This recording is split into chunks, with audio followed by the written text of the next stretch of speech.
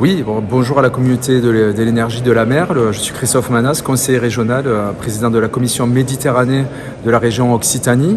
Et nous sommes très orientés éolien flottant, forcément, parce que les fonds marins de Méditerranée ne supportent pas l'opposé, puisque nous avons des fonds qui plongent très rapidement. Donc justement, c'était l'occasion d'innover, de porter des projets.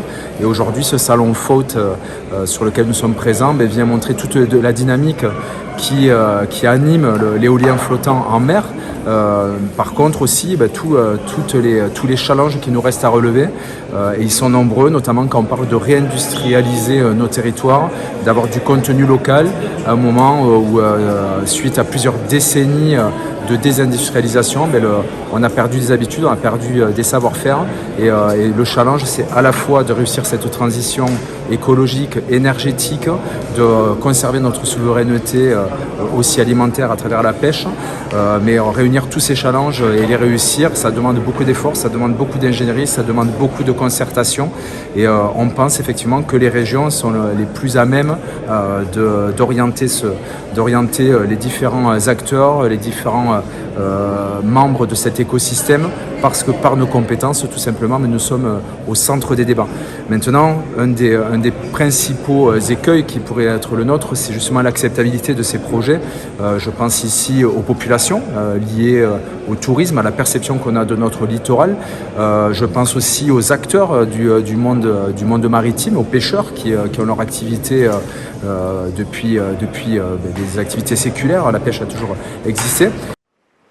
L'éolien flottant va permettre à la région Occitanie de se réindustrialiser. Mais avec les pêcheurs, que faites-vous et comment travaillez-vous?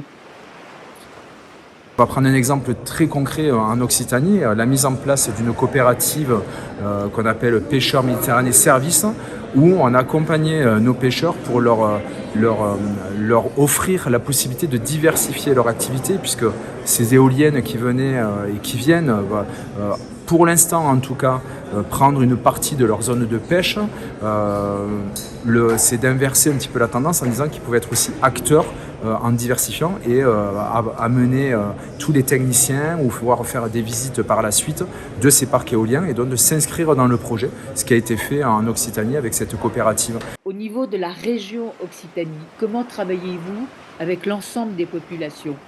L'autre partie de l'acceptabilité, c'est vis-à-vis des populations. C'est que plutôt que de voir les éoliennes comme une contrainte, c'est aussi de les voir comme une opportunité.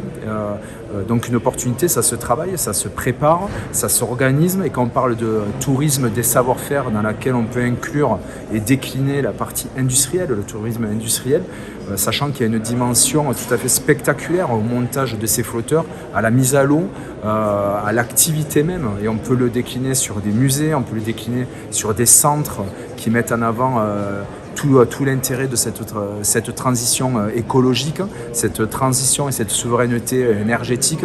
Mais ça, il faut le prendre bien en amont. Et c'est par exemple le rôle du Parlement de la mer que nous avons, qui a fêté ses 10 ans en Occitanie, qui réunit tout l'écosystème du monde maritime et du littoral pour essayer dès le départ des projets, dès même les discussions, essayer de voir quelles sont les difficultés, les perceptions, les difficultés pour les uns et les autres, afin de les estomper, de travailler avec, de trouver des compromis et de faire avancer les projets.